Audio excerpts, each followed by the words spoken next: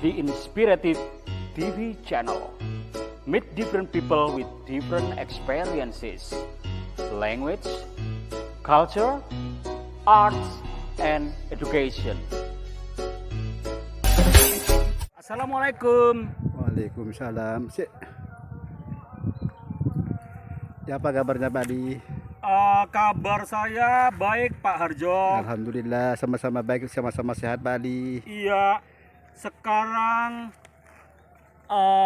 aku mau ambil konten abortion, legal or illegal. Wah, Jadi hebat, aborsi Pak Di. itu menggugurkan kandungan Pak Harjo.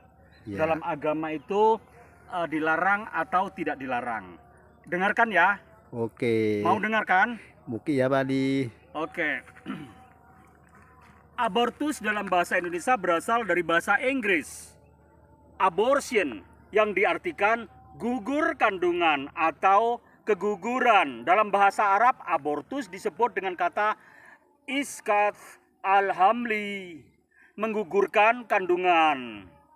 Ishat al-hamli, melenyapkan kandungan yang sudah dikandung. Al-kaul al-hamli, membuang kandungan, dan inzal al-hamli, menurunkan kandungan. Menurut Sadikin Gina Putra, abortus adalah pengakhiran kehamilan atau hasil konsepsi sebelum janin dapat hidup di luar kandungan. Menurut Mariono Reksodipuro, abortus adalah pengeluaran hasil konsepsi dari rahim sebelum waktunya. Menurut M.A. Hanafiah, dalam prasarananya pada simposium abortus tahun 1969, abortus adalah keluarnya isi rahim itu yang telah mengandung hidup insan sebelum waktunya. Dengan demikian, abortus adalah proses untuk mengakhiri masa kehamilan dengan mengeluarkan janin dari kandungan.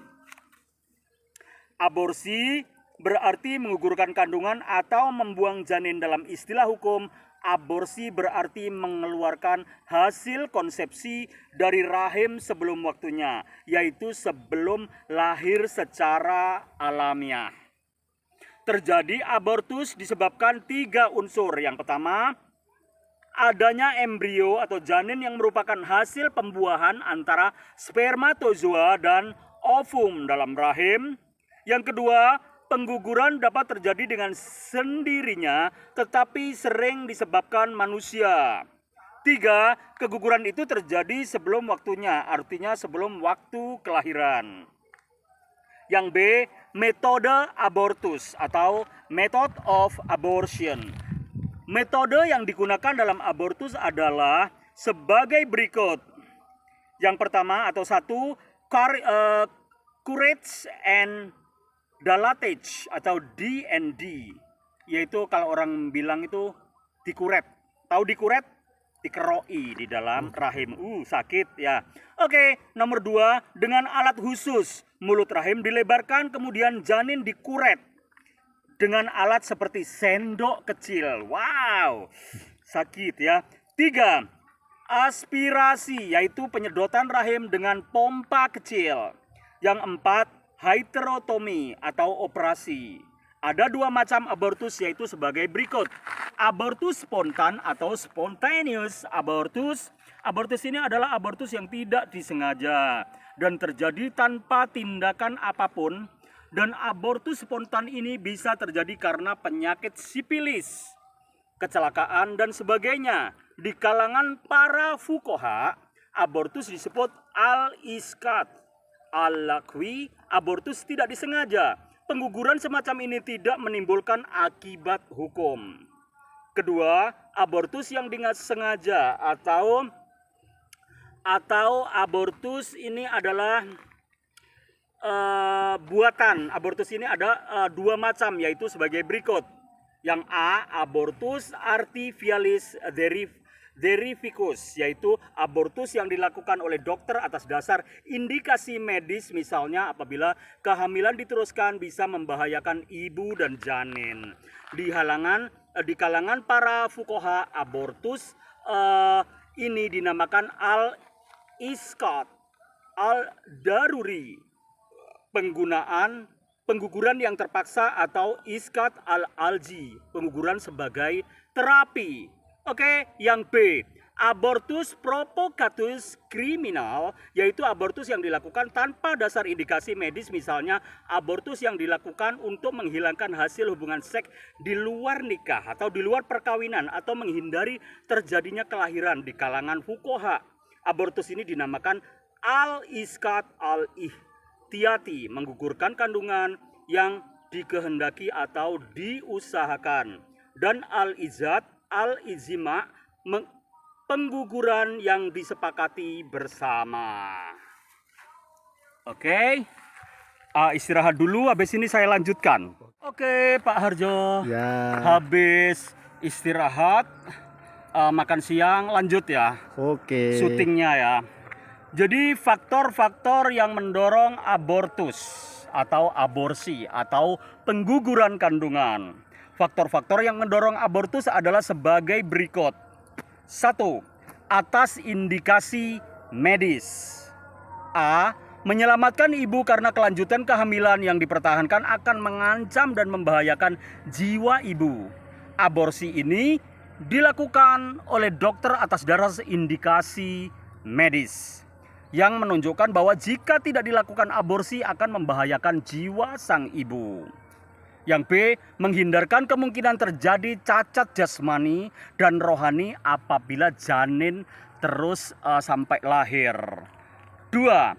Abortus atau indikasi sosial yang disebabkan hal-hal berikut. A. Kegagalan menggunakan alat kontrasepsi atau dalam usaha pencegahan kehamilan. Banyak orang yang melakukan itu untuk pencegahan kehamilan pakai alat kontrasepsi. Tapi kadang-kadang janin terus tumbuh dan akhirnya janinnya cacat. Oke, lanjut ya. Oke. B. Ingin menutupi aib seperti dilakukan oleh orang yang belum bersuami atau dilakukan oleh wanita yang telah bersuami karena terdorong oleh godaan dan kenikmatan yang sekejap atau sesaat. Yang C. Kesulitan ekonomi sehingga kelahiran anak tidak diharapkan bahkan dianggap menjadi belum hidup. Yang D. Kehamilan yang terjadi akibat dari perkosaan atau saja kehadiran anak yang dalam keadaan demikian sangat tidak diharapkan walau anak tersebut tidak berdosa. Artinya bahwa aborsi yang dilakukan tanpa alasan medis seperti mengeluarkan janin karena tidak ingin melanjutkan kehamilan atau tidak ingin punya anak atau akibat hubungan seksual di luar nikah atau alasan lainnya. Dampak aborsi. Yang D. Resiko aborsi adalah sebagai berikut. 1. Timbul luka dan infeksi dalam dinding alat kelamin dan merusak organ-organ di dekatnya seperti kandung kemih atau usus. 2. Robek mulut rahim sebelah kanan. 3. Dinding rahim bisa tembus karena alat-alat yang dimasukkan ke dalamnya. Yang 4. Pendarahan akibat dari penggunaan obat-obatan. Yang E sekarang, hukum abortus atau hukum aborsi.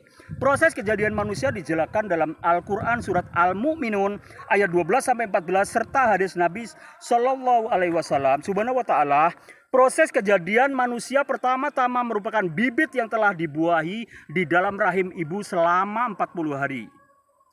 Kemudian berubah menjadi alaqoh yang memakan waktu selama 40 hari, kemudian berubah menjadi mudghah yang memakan waktu 40 hari pula. Setelah itu malaikat diutus untuk mencatat amalnya, rezekinya, gaji, ajalnya, dan nasibnya celaka dan bahagia. Kemudian ditiupkan arwah atau ruh, HR Bukhari.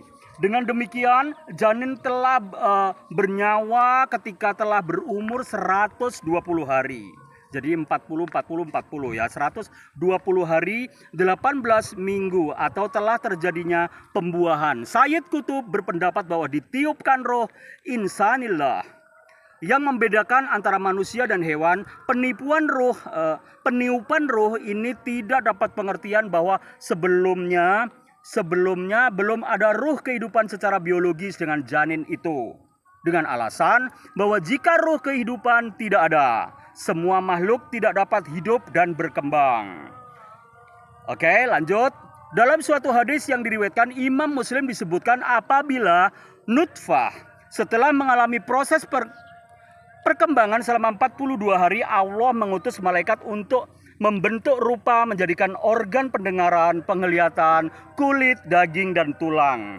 Hadis ini sejalan dengan penemuan ilmu embriologi yang menjelaskan bahwa janin mulai membentuk dirinya dan melengkapi anggota-anggota fisiknya sehingga membentuk manusia ketika berumur lebih kurang 47 hari.